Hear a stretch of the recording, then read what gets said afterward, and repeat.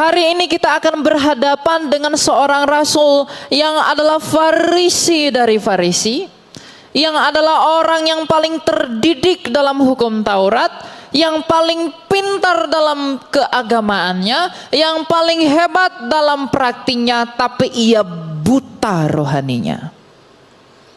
Sehingga di dalam kebutaannya padahal rohaninya, ia menganiaya jemaat Tuhan.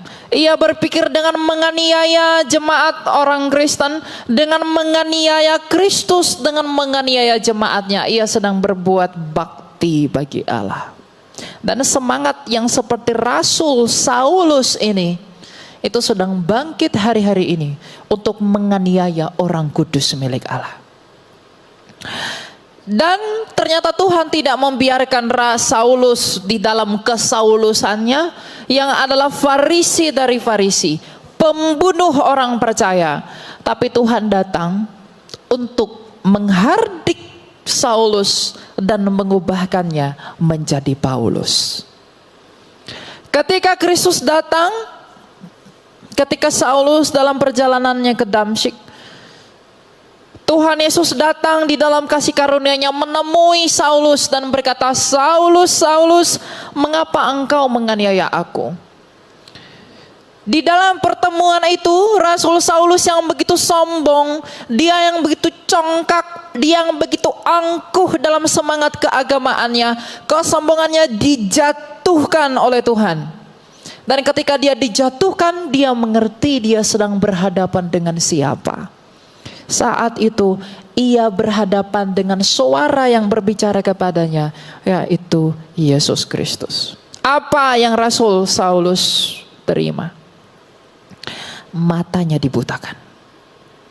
Tadinya hatinya begitu buta melihat Tuhan, ia tidak melihat kebenaran Tuhan. Ia berpikir bahwa dengan perbuatannya taat kepada keagamaannya itu, ia sudah begitu hebat di hadapan Allah.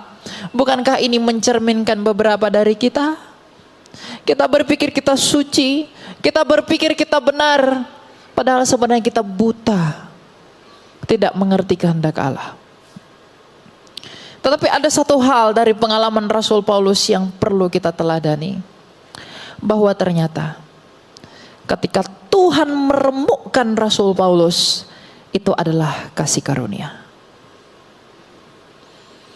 Ketika Tuhan meremukkan Rasul Paulus dengan membutakan matanya, pada saat yang sama Tuhan sedang menunjukkan kepada Rasul Paulus bahwa engkau bukan siapa-siapa tanpa aku. Engkau bukan apa-apa tanpa aku. Dan Tuhan tidak langsung menyembuhkan saat itu juga. Ia menunggu beberapa hari agar Rasul Paulus di dalam kebutaannya, di dalam kesadarannya bahwa ia lemah tanpa Kristus, bahwa ia bukan siapa-siapa tanpa Tuhan, ia mengakui bahwa aku bukanlah apa-apa tanpa Tuhan. Dan sikap yang seperti itulah yang kemudian melahirkan pertobatan sejati, bahkan menjadi penginjil yang terkemuka di sepanjang sejarah. Itulah Rasul Paulus.